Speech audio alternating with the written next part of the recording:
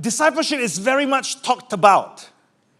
But what really is discipleship? Because some people think it's a classroom, some people think it's a program, or it's 12 steps or 8 steps. So I'm not saying this is the right way, but I'm just saying this is the HOGC way. And this works for us, for young people. The deconstruction of discipleship, and I break it down into uniformity, unity, and union. Now, obviously, uniformity, you understand, wearing uniforms. It means that externally, we are all the same, but internally, we are all different. It's like soldiers in the army, it's like a school uniform, it's like the military.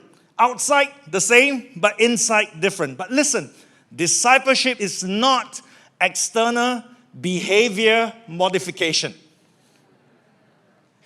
Discipleship is real internal transformation. When you hear the stories here, I hope you see that it is a real internal transformation. So discipleship is not about uniformity. But the problem with a lot of churches is that I go in and I see the people, and the outside looks the same, but the inside, they are all different. Amen? So sometimes I see, like, if you have a celebrity pastor, great charisma, and then he has a lot of young people who adores him. They have the same haircut. They dress the same way. And they look all the same on the outside. Now, first of all, to me, that's just weird. All right? But also, it doesn't mean that they are disciple. Just because they look on the outside the same. Don't mistake that for great discipleship. So, okay, I got to say this. Discipleship is not cloning. Discipleship is not having robots around you. Like a man of God with 1,000 helpers. That's not discipleship. Discipleship is not having people who will parrot what you say. So what is discipleship? Let's move on to unity.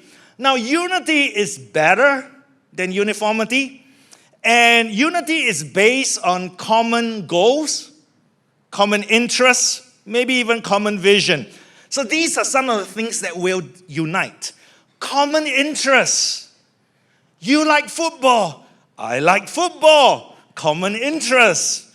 Oh, you like Liverpool. I love Liverpool. No, I don't. It's just an example.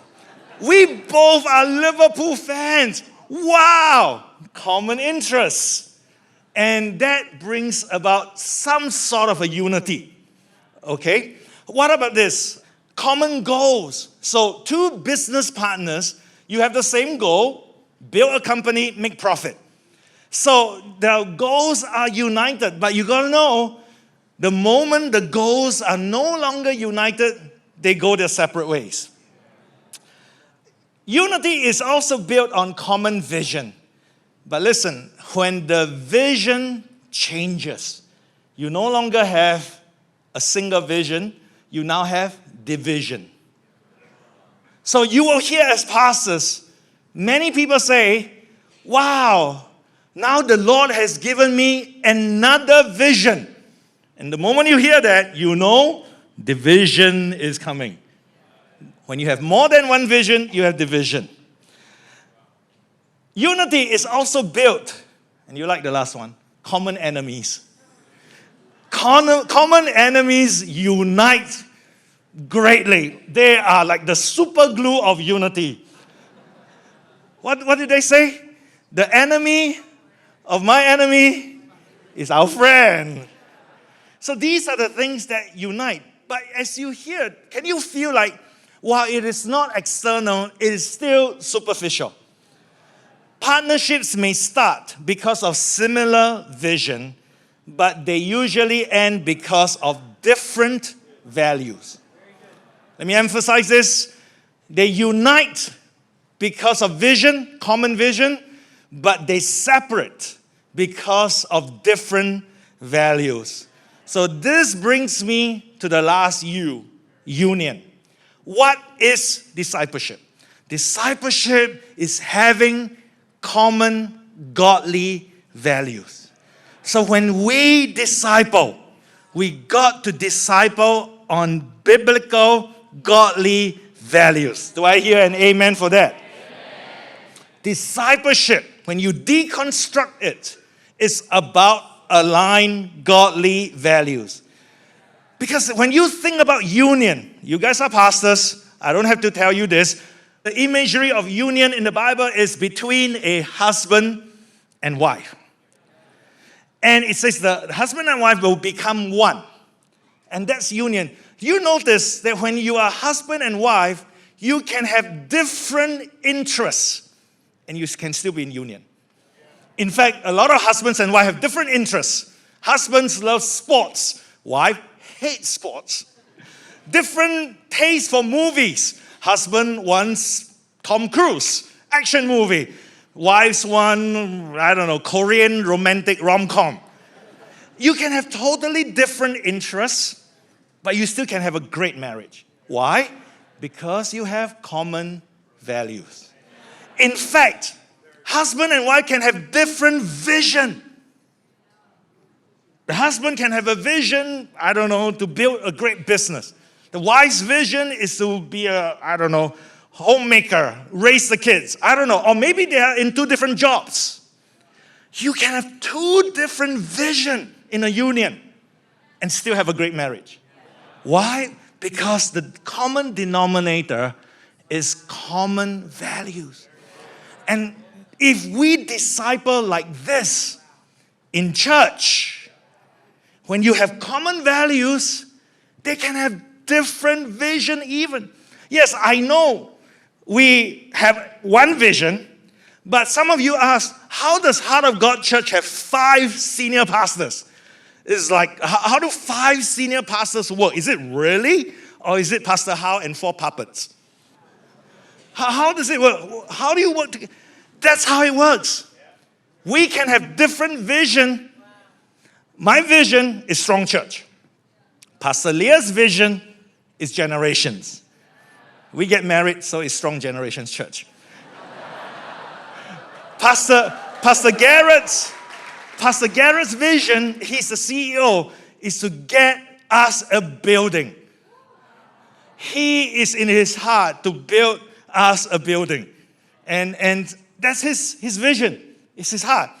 Pastor Charleston and Pastor Lynette, they are the leadership development, CLO. They are the pastoral people. Their vision is to develop people. So we have different vision, different roles. So how do we work together? Common values. Common values. Because we are all discipled with common values. Amen? And listen, when you disciple, so it's very clear, you must make sure you're not discipling for external behavior modification. When you go down hard, youth will, especially your own children, will give you the external behavior change. But the moment you are not looking, you know how that worked out, right? You got to go for internal change. And let me tell you another thing. The new generation, the Gen Z and the Gen Alpha, you know what? They are not into this common vision unity thing. They are their own brand. They are their own content creator. You tell them about, come on, unity, one for all for one. You know what they say? Oh man, that's so 1990s. They are so used to their own brand, their own direction. So the vision is not gonna bring them together. It is the values. Amen.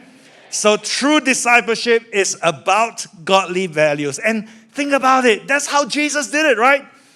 The discipleship of Jesus is always about godly, eternal values. If you read your gospel, most of the discipleship of Jesus is always about values. Do you see that? He sees the old lady giving 2 pennies.